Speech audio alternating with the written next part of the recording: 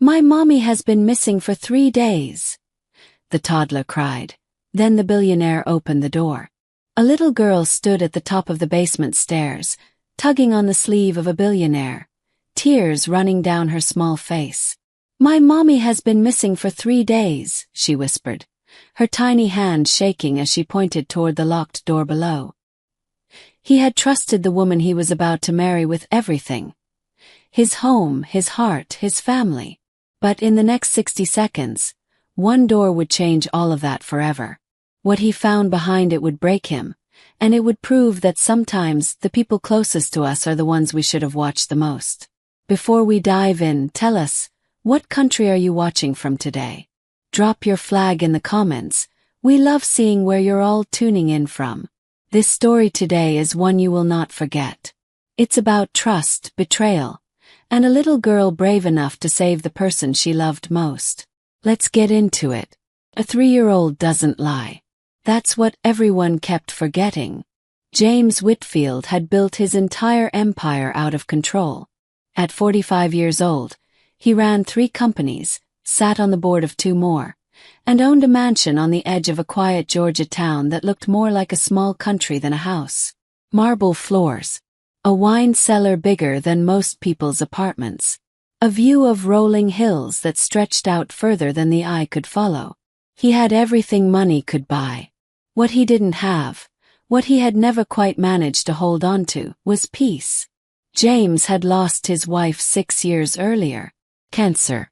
It had taken her slow, piece by piece, and it had taken something out of him too, something he never quite got back. After she passed, the big house had gone quiet in a way that made even the staff whisper when they walked through the halls. James threw himself into work because work didn't ask him questions he couldn't answer. Work didn't remind him of empty chairs at the dinner table. 2 years ago, he had hired Mia Coleman. Mia was 42, sharp-eyed, and steady in a way that made people trust her the moment she walked into a room. She had come to the Whitfield estate as head housekeeper with a resume full of glowing letters and a toddler on her hip named Harper, barely a year old at the time. Mia's husband had walked out on her before Harper was even born, and she had built a life out of nothing but grit and long hours. When James offered her a small cottage on the property so she wouldn't have to commute an hour each way, Mia had cried right there in his office. It was the first time in years someone had made things easier for her instead of harder. Over 2 years, Mia became more than staff. She learned the rhythm of the house, which windows stuck in the rain, which stairs creaked at night, what kind of tea James liked when he'd had a hard call with the board. And little Harper, now 3 years old, became something the whole household adored. She had this laugh that carried down hallways. She left crayon drawings taped to the refrigerator that the cook refused to throw away. Even James, a man who rarely smiled at breakfast anymore, would catch himself grinning when Harper toddled into the kitchen in mismatched socks demanding pancakes, shaped like stars, not circles. Mia never asked James for anything beyond her wages. She was careful that way. She'd seen what happened to women who let themselves get too comfortable in a rich man's house, so she kept her head down, did her job well, and made sure Harper stayed out of the way during meetings and dinners. But there was a warmth in that house because of her. Everyone felt it.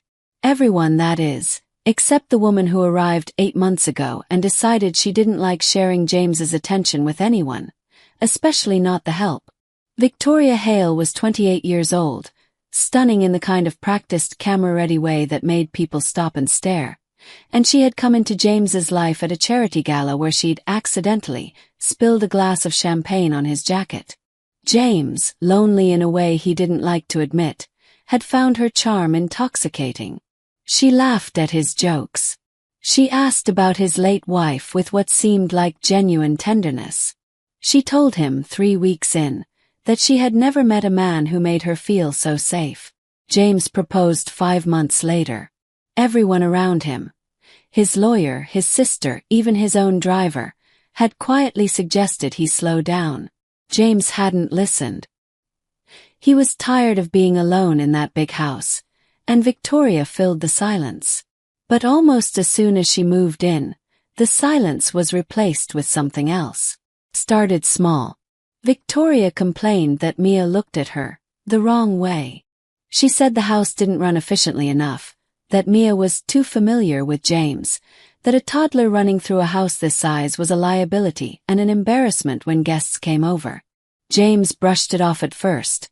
New fiancé, new house, everyone needs time to adjust, he told himself. But the complaints didn't stop. They multiplied. Victoria began rearranging things in the house without asking. She let go of 2 long-time gardeners within her first month, replacing them with people James had never met, people who seemed to answer to her and no one else. She redecorated wings of the house that held photos of James's late wife, boxing up the pictures and calling it, "Making Room for Our Future." And every single time Mia's name came up, Victoria's tone shifted, sweet on the surface, but with something cold underneath, like ice hidden inside a smile. What none of them knew, what Victoria made absolutely sure no one knew, was that she had done this before. Different house, different man, different name even once upon a time. Victoria didn't fall in love with men. She fell in love with what they owned, and she had built a career, quiet and careful, out of marrying her way into fortunes and slowly, patiently, taking control of everything inside them. James's estate, the companies, the land, the accounts with more zeros than Victoria had ever seen in her life, was the biggest prize she had ever set her sights on. And she was not about to let a housekeeper and her 3-year-old stand in her way. "She just doesn't fit anymore, James," Victoria said one evening, curled against him on the couch, her voice soft as velvet. "I'm not trying to be difficult. I just think, once we're married it might be time for a fresh start. New staff. A blank slate." James had frowned at that, something uneasy twisting in his chest. "Mia's been with us 2 years. Harper practically grew up here." "I know," Victoria said, and she'd pressed her lips to his cheek in a way that made the conversation feel finished before it had really started. "I just want it to be our home, that's all." James let it go that night. He told himself he'd bring it up again later, that he'd find a way to make Victoria understand what Mia meant to this house, to him, to the memory of the life he'd rebuilt out of grief. But something in the back of his mind wouldn't settle. A small, quiet feeling, the kind he usually trusted in the boardroom but had somehow stopped listening to in his own living room.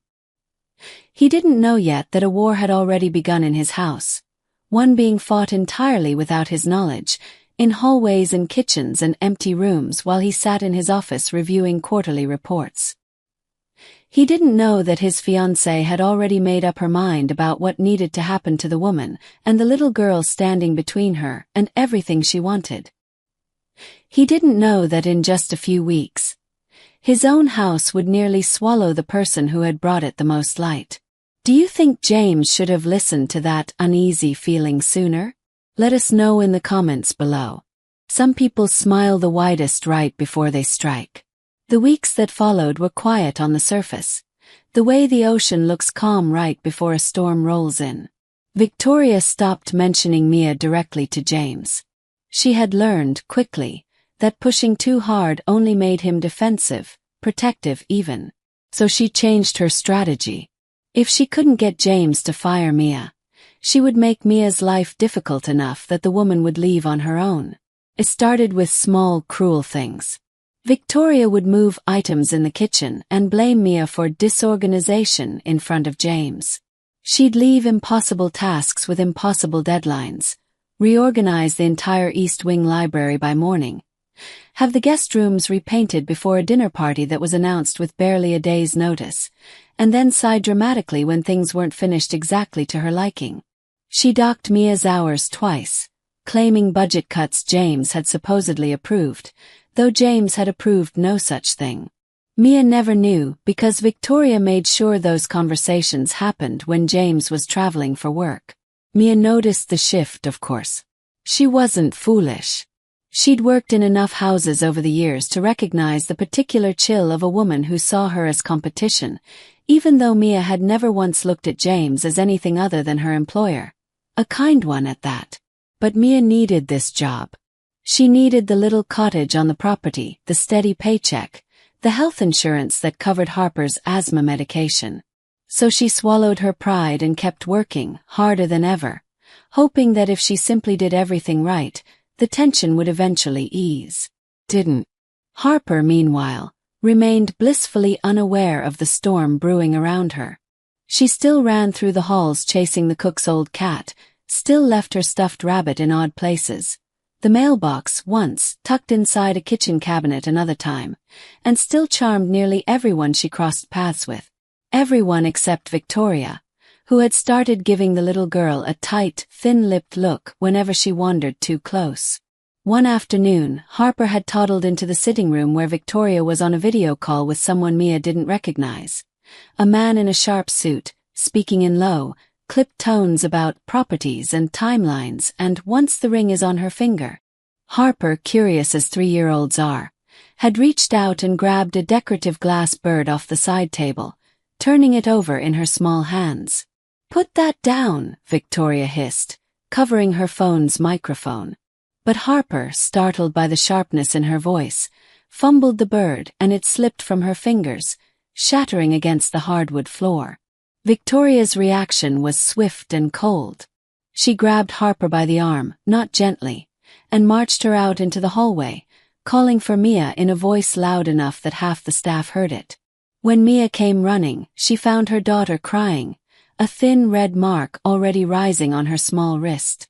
"Control your child," Victoria snapped, "or I will make sure James understands exactly what kind of environment you're bringing into this house." Mia had wanted to scream. She wanted to say a dozen things about what kind of woman grabbed a 3-year-old hard enough to leave a mark over a broken trinket. Instead, she scooped Harper into her arms, whispered soothing words into her daughter's hair, and walked away without a word, her whole body shaking with the effort of staying silent.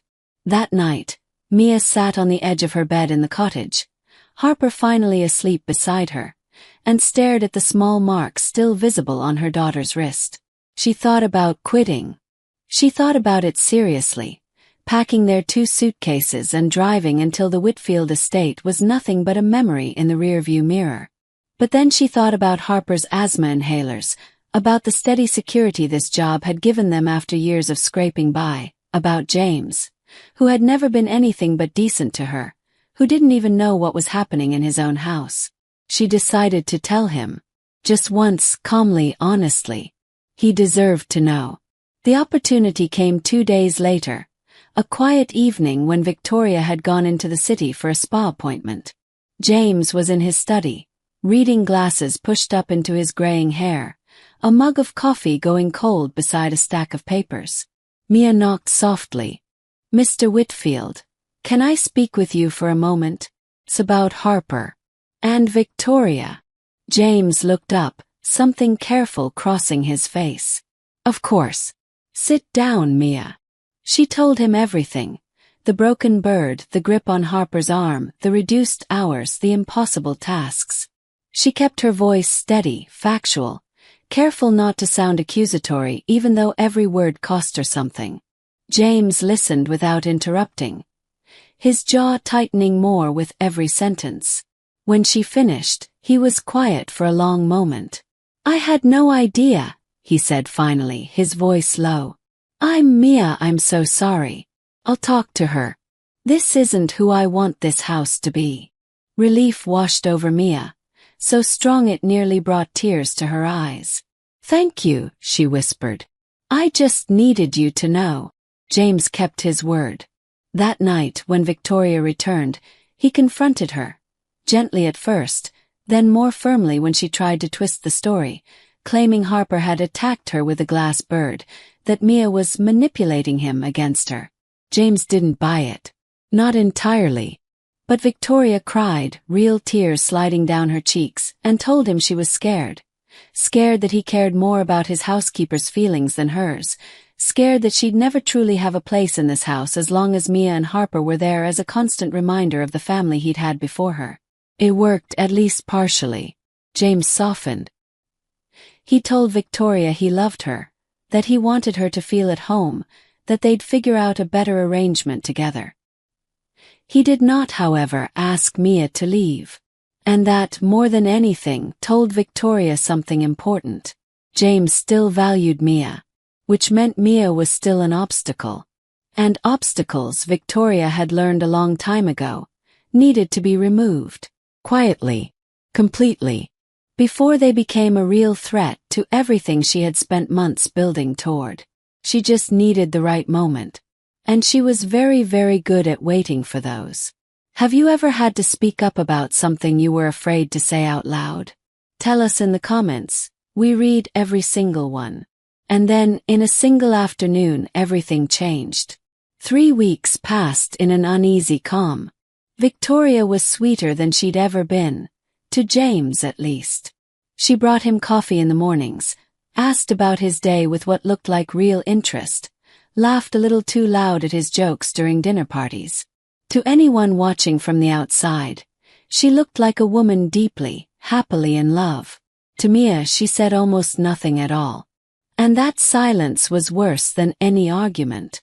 Mia had grown up around enough difficult people to know that silence, in someone like Victoria, was never peace.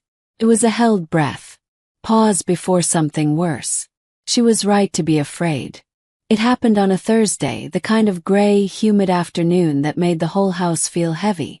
James had flown out that morning for a 2-day business trip to New York, a meeting with investors that had been on his calendar for months. Before he left, he'd kissed Victoria goodbye at the door, told her he loved her, and reminded her, almost as an afterthought, that Mia would be looking after the house while he was gone, same as always. Victoria had smiled and waved him off from the front steps. The moment his car disappeared down the long driveway, that smile dropped from her face like a mask sliding off. She had been planning this for weeks. Every detail. She knew James's return flight landed Saturday evening. She knew the household staff had Thursdays and Fridays off, a routine James had set up years ago to give people time with their families. She knew the cook wouldn't be back until Saturday morning to prep for a dinner James had planned. She knew, most importantly, that for nearly 48 hours, there would be no one on the property except herself, Mia, and Harper. That afternoon, Victoria asked Mia to help her carry some old boxes down to the basement. Decorations, she claimed, that needed sorting before a holiday event. Mia agreed without suspicion. She'd been down to that basement a dozen times before. It was a large, finished space, cool and dry, lined with old furniture and storage under bare bulb lighting, one door leading out to a narrow hallway and a set of stairs back up to the kitchen. Mia carried the last box down, set it beside the others, and turned to ask Victoria where she wanted it placed. The door was already closing. "Victoria!" Mia called out, confusion in her voice, taking a step toward the stairs. The lock clicked into place before she even reached the bottom step. "I'm sorry, Mia."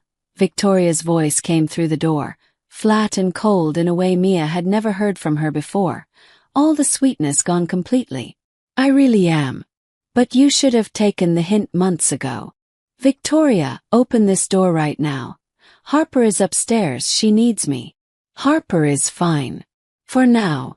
"Oz, you've made this so much harder than it needed to be. All you had to do was quit. Just quit and take that kid and go somewhere far away from here. But no. You had to run to James. You had to make yourself indispensable. Do you have any idea how long I've worked for this?" "Months, Mia. Months of smiling at that man over dinner, listening to him talk about his dead wife like she was some kind of saint, playing house with a fortune I have earned every single day I've spent pretending to love him." Mia's blood ran cold. "You don't love him at all.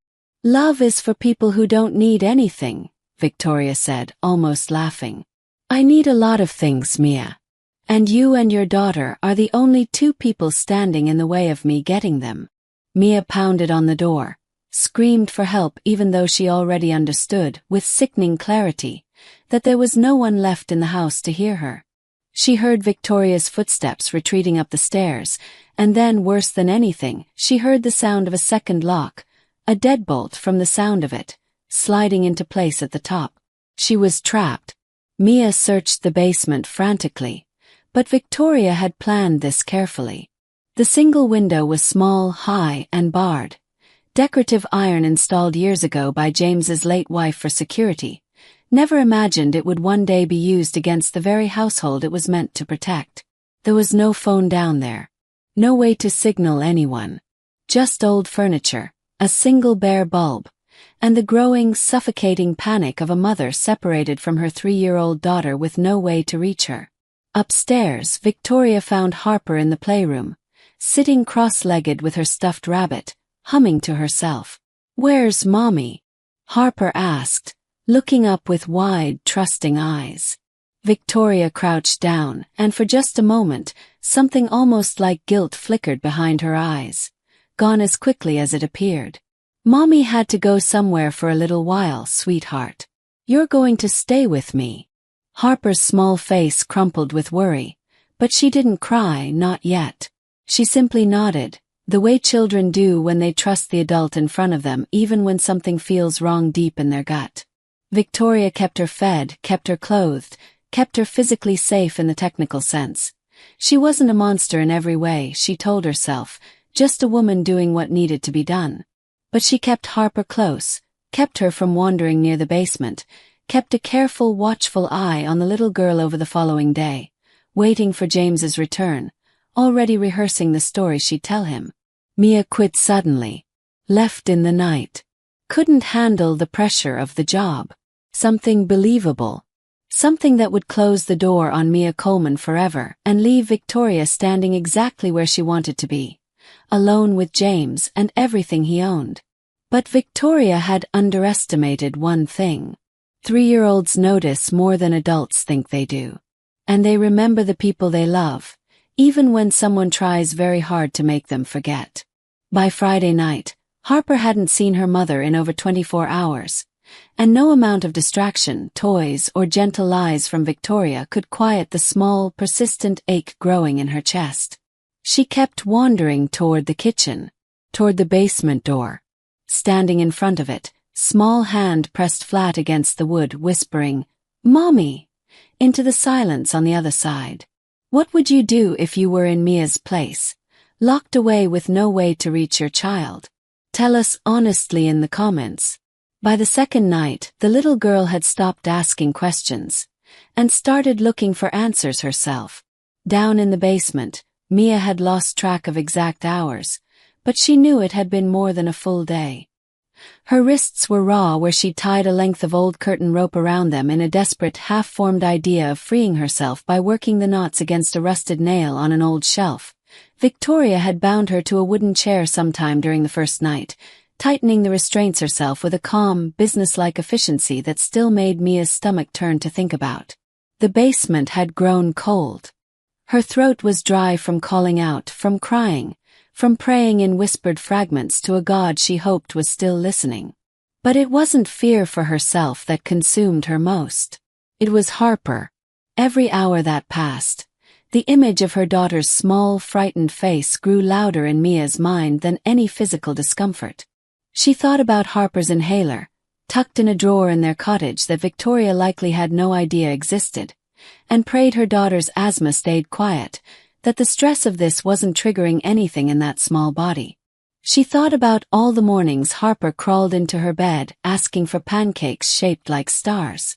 She thought about how frightened her little girl must be, surrounded by a woman whose smile had never once reached her eyes. Mia had managed to loosen the ropes enough by Friday night to slip one hand free, though the chair leg she'd tied herself to with a second length of rope proved harder to escape. She dragged the chair, inch by agonizing inch, toward the small barred window, hoping against hope that if she could just reach it, someone passing on the road beyond the property line might hear her. It was slow, exhausting work, her muscles screaming, her wrists bleeding from the rough rope, but she kept going, fueled by nothing but the thought of her daughter's face. Upstairs, Harper had reached her own breaking point. Saturday morning arrived gray and quiet. Victoria, exhausted from 2 days of managing a toddler she had no real patience for, had fallen into a heavy sleep on the living room couch after finally getting Harper to eat breakfast and settle in front of the television. It was the first real gap in her vigilance since Thursday. Harper, small and quiet in her socked feet, slipped off the couch where she'd been sitting beside the sleeping Victoria and wandered toward the kitchen. She had been near that basement door a dozen times over the past 2 days, always pulled back to some other room, some other distraction. This time no one stopped her. She pressed her ear to the door the way she'd done before, and this time faintly she heard something. Voice. Her mother's voice, hoarse and weak, calling out from somewhere far below. "Mommy," Harper whispered, pressing both small palms flat against the wood. She couldn't open the deadbolt. It was far too high, far too heavy for tiny hands. But Harper was smart in the particular stubborn way toddlers sometimes are, and she remembered something. Daddy, that's what she'd started calling James quietly, when Victoria wasn't around to hear it and correct her. Daddy's car. She had heard it, faint but unmistakable, coming up the long driveway just minutes earlier. James had landed Saturday morning instead of Saturday evening. His last meeting had wrapped early, and he'd caught an earlier flight home, eager, in a way he couldn't quite explain to himself, to get back to his house. Harper turned from the basement door and ran. Actual full-speed toddler running, socked feet sliding on the marble floor, toward the front entrance, just as James stepped through the door, suitcase still in hand, calling out a tired, cheerful hello into the quiet house. He barely had time to set his bag down before Harper crashed into his legs, small arms wrapping around him with a desperate strength that immediately told him something was very wrong. "My mommy has been missing for 3 days, Harper cried, her voice breaking on every word, tears streaming down her face in a way James had never seen from this normally bright, giggling child. She's gone, I can't find her. Victoria said she left, but I heard her voice. She's downstairs, please, please." James dropped to his knees, gripping the little girl by her small shoulders, his heart suddenly pounding in a way it hadn't in years. "Harper, sweetheart, slow down. Where did you hear her voice?" Harper grabbed his hand with both of hers and pulled, tugging him toward the kitchen with a strength that seemed impossible for someone so small, leading him straight to the basement door. James tried the handle. He pressed his ear against the wood the way Harper had, and there it was, faint, hoarse but unmistakable. "Please. Someone. Please, my daughter." Mia's voice. Every protective instinct James had buried since his wife's death rose up in him at once, sharp and furious and absolutely certain. He didn't call out. He didn't hesitate. He threw his shoulder against the door once, twice, and on the third try, the old lock finally gave way, splintering off the frame.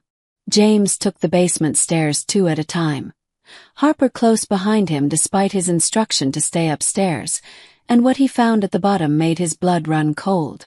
Mia was slumped in a wooden chair near the barred window, one wrist raw and bleeding where she'd worked herself half free of the ropes, her lips cracked from dehydration, dark circles carved deep beneath her eyes. She looked up at the sound of footsteps, and when she saw James, when she saw Harper's small face peering around his legs, she broke down into sobs of pure, overwhelming relief. "James," she rasped. "Victoria, she locked me down here, I've been here since Thursday. I couldn't get to Harper. I didn't know if she was safe." James was already at her side, working frantically at the remaining ropes with hands that shook harder than he could ever remember them shaking, even in the worst boardroom crisis of his career. "I'm here. I've got you. Harper's safe, you're safe, I promise you, I've got you both." Behind him, at the top of the stairs, a floorboard creaked. Victoria stood in the doorway, finally woken by the sound of the broken lock, her face draining of color as she took in the scene below. James on his knees beside Mia, Harper's small hand gripping her mother's arm, the rope still tangled around the chair legs, the raw evidence of exactly what she had done laid bare in front of the one person she had spent 8 months carefully, meticulously deceiving. For a long, terrible moment, no one said anything at all. Have you ever had to make an impossibly hard choice to protect someone you love? Share your story with us below. Some moments don't need words. The truth speaks loud enough on its own. James rose slowly from his knees, and when he turned to face Victoria standing at the top of the basement stairs, something in his expression had changed completely. The warmth, the softness, the willingness to believe the best of her that had carried them through 8 months together, all of it had drained away, replaced by something colder and far more certain than Victoria had ever seen from him. "Explain this to me," he said, his voice deathly quiet. "Explain to me right now why the woman who has worked in my home for 2 years is tied to a chair in my basement, why my fiancé is standing at the top of the stairs looking like she's seen a ghost, and why a 3-year-old had to drag me down here to find her own mother." Victoria's mouth opened, and for the first time in 8 months, no smooth, practiced lie came out. She had a dozen stories rehearsed for a dozen different scenarios, but she had never actually imagined James finding out this way, catching her flat-footed with no time to build the narrative first. "James, it's not what it looks like. I was going to." "Don't." The word came out sharp enough that Victoria actually flinched. "Don't you dare stand there and lie to me while she's sitting right there with rope burns on her wrists." Mia, still weak, still shaking, managed to speak. "She locked me down here Thursday afternoon. Told me I should have quit months ago. Told me she'd worked too hard to let me and my daughter stand in the way of what she wanted." Her voice cracked, but she pushed through it, years of swallowed fear finally finding their way out. "She's been planning this, James. Not just this weekend. For a long time." James looked at Victoria, waiting, some small, foolish part of him still hoping she'd deny it, still hoping there was some explanation that would make this not what it so clearly was. But Victoria said nothing. Her silence, more than any confession, told him everything he needed to know. He thought about the missing gardeners, replaced without his approval. He thought about the boxed-up photos of his late wife. He thought about every small, cold comment about Mia and Harper not fitting into their future, every carefully timed tear that had made him doubt his own instincts every single time they'd tried to warn him. He thought about how easily he had let himself be talked out of trusting the people who had never once given him a reason not to. "Get out of my house," James said. "James, please let me explain.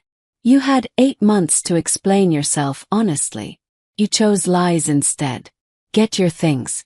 You have 20 minutes before I call the police, and believe me, Victoria, I will call them, and I will make sure every single detail of what you did to this woman and her daughter is in that report." His voice didn't rise. It didn't need to. There was a finality in it that left no room for negotiation. "We are done. Whatever this was, whatever you thought you were building here, it's over." Victoria stood frozen for one more moment, something flickering across her face that might have been genuine fear for the first time since she'd arrived at the estate. Fear of consequences, fear of a plan finally, completely unraveling, before she turned and fled up the stairs without another word. James didn't watch her go. He was already back on his knees beside Mia, gently working the last of the rope free from her chair, murmuring apologies he didn't need to give but couldn't stop himself from offering anyway. "I should have seen it sooner. I should have listened when you first came to me. I'm so sorry, Mia. I'm so sorry this happened in my house, under my roof, to you and to Harper." Mia, finally free, pulled her daughter into her arms and held her so tightly that Harper let out a small, surprised laugh through her own tears, the first laugh either of them had managed in 3 long days. "You came back early," Mia whispered, looking up at James over Harper's shoulder. "If you hadn't." "I know," James said quietly. "I know." The next few hours moved in a blur. Police arriving to take statements, a doctor called to check on Mia's wrists and dehydration. Harper refusing to leave her mother's side for even a moment. Her small fingers curled tight around Mia's hand as if letting go might make her disappear again. Victoria was gone before the police finished their report, her car already speeding down the long driveway one final time. And this time, no one stood on the front steps to wave goodbye. It took weeks for the full truth to come out. A private investigator James hired uncovered that Victoria Hale wasn't even her real name, that she'd done versions of this same scheme twice before in other states, other houses, other wealthy, grieving men looking for someone to fill a silence in their lives. James felt something close to relief when he learned that, oddly enough. Relief that it hadn't been something uniquely wrong with him that made him miss it, that she had built a career out of being impossible to see clearly until it was almost too late. Mia took 2 weeks off, fully paid, no question asked, while she and Harper healed from what had happened. When she returned, James met her at the front door himself, something he'd never done before. "You don't have to come back if you don't want to," he told her. "I would understand completely if this house feels like the last place you'd want to be." Mia looked around at the home she'd spent 2 years caring for. The marble floors Harper had learned to walk across, the kitchen where her daughter had demanded star-shaped pancakes 100 times over, the basement that would always carry a shadow now, but a shadow that no longer had the power it once did. "This house was never the problem," she said finally. "The person in it was. And she's gone now." She came back. Not just as staff this time, but as something closer to family. James made sure of that, restructuring her role, her pay, her security in ways that left no question about how much her honesty, her strength, and her daughter's small, fierce love had ultimately saved him from a mistake that could have cost him everything he had left. Harper, for her part, seemed to forget the fear faster than anyone expected, the way children sometimes do, though every so often James would catch her standing at the top of the basement stairs, just for a second, before she'd shake it off and run back to whatever game she'd been playing. He never mentioned it. He just made sure, every single day after, that she never had reason to stand there and be afraid again. There's a strange kind of grace in almost losing everything and getting a second chance to see clearly. James learned that the hardest way possible, that the people who truly love you rarely need to perform it, and the ones who perform it loudest are often hiding the most. Real trust isn't built on grand gestures or perfect smiles. It's built in the quiet, unglamorous moments, in someone staying honest even when it costs them, in a mother fighting through fear for her child, in a little girl brave enough to lead a grown man to the truth when every adult around her had missed it. To everyone watching this story today, thank you for staying with us through every twist and turn. If this story reminded you of anyone in your own life, someone whose quiet honesty deserves to be seen and valued, we hope you'll hold on to that a little tighter tonight. Sometimes the people who ask for the least are the ones who deserve the most. If this story touched your heart the way it touched ours while we told it, hit that like button. It genuinely means the world to us and helps more people find stories like Mia and Harper's. If you want more real, emotional stories about love, family, and the moments that change everything, hit subscribe because we share a new one every single week. Tell us in the comments, what part of this story hit you the hardest? We read every single one, and we'd love to hear from you. And if you know someone who needs a reminder today that honesty and love always find their way to the light, send this video to them right now. Thank you so much for watching, friend. We'll see you in the next story.